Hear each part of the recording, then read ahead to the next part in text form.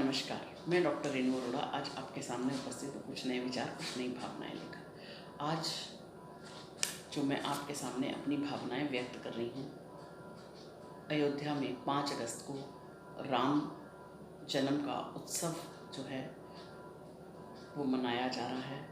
नींव रखी जा रही है राम मंदिर की बहुत बरसों के बाद। तो आज राम से जुड़ी कथा ही आपको एक सुनाती हूँ कि राम भक्त हनुमान को देखकर पार्वती संग कैसे महादेव झूमे, कैसे लक्ष्मण झूमे।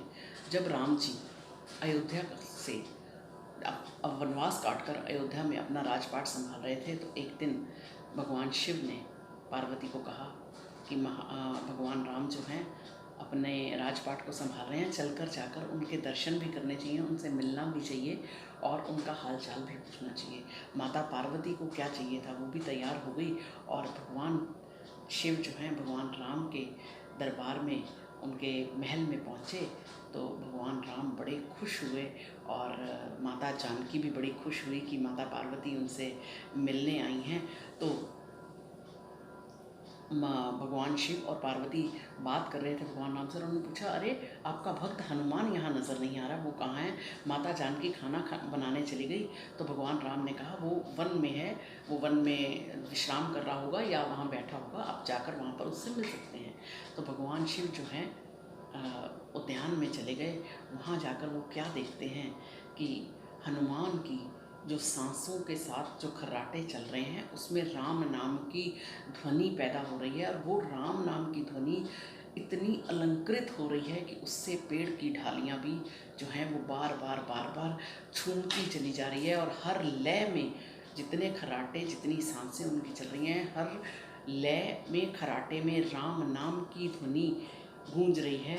पार्वती जी भी वहाँ पहुँच गई। तो शिव और पार्वती हनुमान जी को अद्भुत रूप से उस अद्भुत दृश्य को निहारने लगे, क्योंकि पेड़ों की डालियाँ भी वो राम नाम का सिमरन सुनकर झूम रही थी। उनको देखते देखते भगवान शिव जो है वो भी मदहोश हो गए, वो भी राम नाम की धुन के साथ नृत्य करने लगे।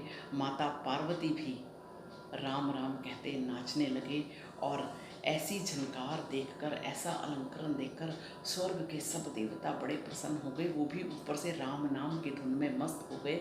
आप सोचिए, जब किसी की सांसों के साथ राम नाम की धुन चल रही हो तो प्रभु क्यों मस्त नहीं होंगे। तो भगवान शंकर तो मिलने ही भगवान राम को आए थे, और जब वो राम नाम की धुन सुनी तो माता पार्वती और भगवान शिव और जो बाकी देवतागण थे वो उस राम नाम की धुन में इतने सुदबुद हो गए, उनको ध्यान ही नहीं रहा कि माता जानकी उनको ये ध्यान ही नहीं रहा कि माता जानकी उन सब के लिए खाना बना कर बैठी हैं। जब माता जानकी ने भगवान राम से पूछा कि आपके अतिथिगण कहाँ गए, वो बोले कि वो तो बाग में हनुमान जी को मिलने गए थे, तो अब तो संध्या होने आई और वो अभी तक आए नहीं हैं।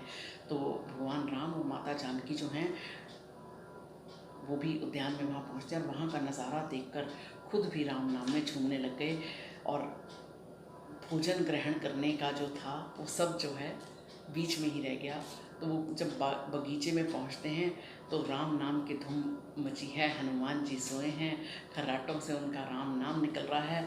तो सिया राम के भाव को देखते हुए राम जी ने उनको उठाया, अपने हृदय से लगाया और प्रेम से उनकी तरफ भगवान राम निहारने लगे। प्रभु को आया देखकर हनुमान जी उठकर बैठे और उनके चरणों में नमस्कार किया। नृत्य का माहौल भंग हो गया। सबने उन्मुक्त कंठ से भगवान हनुमान की प्रशंसा करी, ऐसी भक्ति को शिरोधार्य किया। तो भगवान हनुमान थोड़ा शर्मा गए। तो भगवान जी ने कहा, सीता माता जानकी ने कहा कि चलिए अब सब भोजन ग्रहण कर लें, और हनुमान जी को भी बोला कि आप साथ चलें। अब माता जानकी भोजन परोसने लगी। यहाँ पर भक्त कैसे अपने प्रभु की मान रखते हैं वो देखिए। तो माता जानकी ने हनुमान जी को भी बैठने का आदेश दिया, पर हनुमान जी की एक आदत थी, जब तक भगवान राम भोजन को भोग ना लगा लें वो खाना नहीं खाते थे, और बिना भगवान को खाना खिलाए वो अपना खाना ग्रहण नहीं करते थे। अब माता जानकी के आदेश को वो कह नहीं सके। अब माता जानकी जितना उनको भोजन डालती रहती थी, उनका जो है क्षुधा जो है वो तृप्त नहीं हो रही थी। अब जब क्षुधा तृप्त नहीं हो रही तो उन्हें माता जानकी को आभास हुआ कि आज इनके भगवान राम को ये खाना खिलाए बिना बैठे हैं तो ये ऐसे तृप्त नहीं होंगे। उन्होंने एक तुलसी का दल लिया, उसके ऊपर राम राम लिखा और वो तुलसी का दल देकर साथ में थाली में और भोजन रखा। जब हनुमान जी ने वो तुलसी का दल अपने मुंह में रखा तो वो उसी समय तृप्त हो गए। तुलसी पत्र खाते ही हनुमान जी को संतुष्टि मिल गई। भगवान शिव शंकर ने प्रसन्न होकर हनुमान जी को आशीर्वाद लिया कि युगों युगों तक राम की भक्त के रूप में आप जाने जाओगे और आप जो है वो संकट मोचक कहलाओगे। तो बात फिर वहीं आती है कि प्रभु हमेशा अपने भक्तों के प्रेम में बनते हैं और वो हमेशा अपने भक्तों की लाज रखते हैं।